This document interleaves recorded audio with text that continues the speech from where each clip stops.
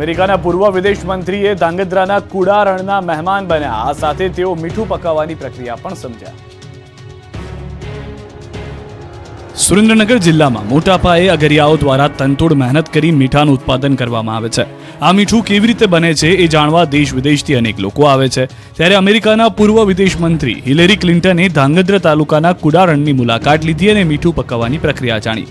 અગરિયાઓ રાત દિવસ જોયા વગર તનતોડ મહેનત કરી મીઠાનું ઉત્પાદન કરે છે અને મીઠાને દેશ વિદેશમાં મોકલવામાં આવે છે.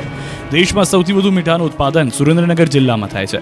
ત્યારે અમેરિકાના પૂર્વ વિદેશ મંત્રી હિલેરી ક્લિન્ટને આ મુલાકાત કરી. ક્લિન્ટને અગરિયાઓનું મીઠું પકાવવાની આખી પ્રક્રિયાને સમજીને એમની સાથે સંવાદ કર્યો.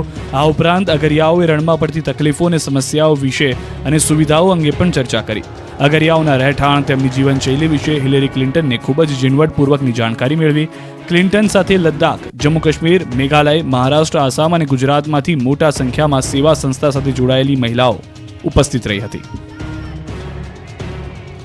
ભરૂચના રાણીપુર ગામે એક અનોખા લગ્ન યોજાયા, જ્યાં એક પિતાએ બે પુત્રીઓને એવી ભેટ આપી કે બંનેની આંખો છલકાઈ ગઈ.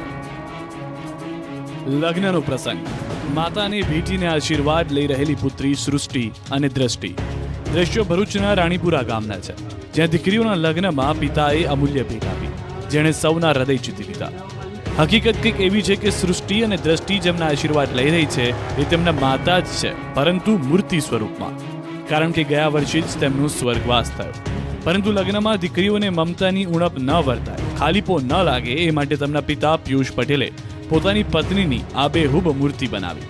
જનનીની સખી જોડ તો ન જ મળે, પરંતુ માતા હોવાની અનુભૂતિ થાય એ જ ઉદ્દેશથી આ મૂર્તિ બનાવાઈ. પિતા તરફથી મળેલી આ ભેટ જોઈને બંને દીકરીઓના આંખોમાં આંસુ ભરાઈ આવ્યા અને માહોલ થોડી વાર માટે લાગણીશીલ બની ગયો. આણંદના તારાપુર નજીક ટ્રેક્ટર પલટી મારતા 3 લોકોના મોત નીપજ્યા છે. તારાપુરના જીચકા ગામે ટ્રેક્ટરે પલટી મારતા આગમખવાર અકસ્માત સર્જાયો. ટ્રેક્ટરમાં 14 લોકો સવાર હતા, તેમાંથી 11 લોકોનો બચાવ થયો અને 3ના મોત નીપજ્યા છે. મૃતક તમામ પંચમહાલથી મજૂરી કામ માટે આવ્યા હતા. જીચકા ગામે ઉનાળુ ડાંગરની રોપણી કરવા સવારે ટ્રેક્ટર લઈ જતા ખેતરમાં બનાવ બન્યો હતો. જીચકા ગામના તળાવ પાસે આવેલ ટર્નિંગમાં ડ્રાઈવરે સ્ટીયરિંગ પરથી કાબુ ગુમાવતા બાજુમાં ટ્રેક્ટર ખાધું.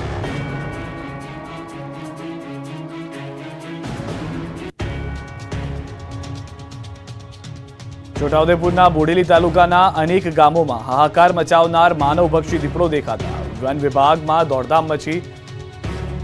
ચોક કરવા નજીક દીપડો જાડીમાં સંતાયો હોવાનું જાણવા મળતા વન વિભાગ દ્વારા દીપડાને પકડવા કવાયત કરાઈ.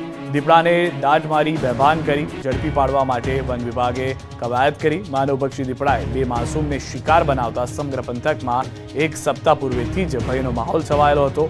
લોકો ઘરની બહાર નીકળવાનું અને ખેતરે જવાનું ટાળી રહ્યા છે.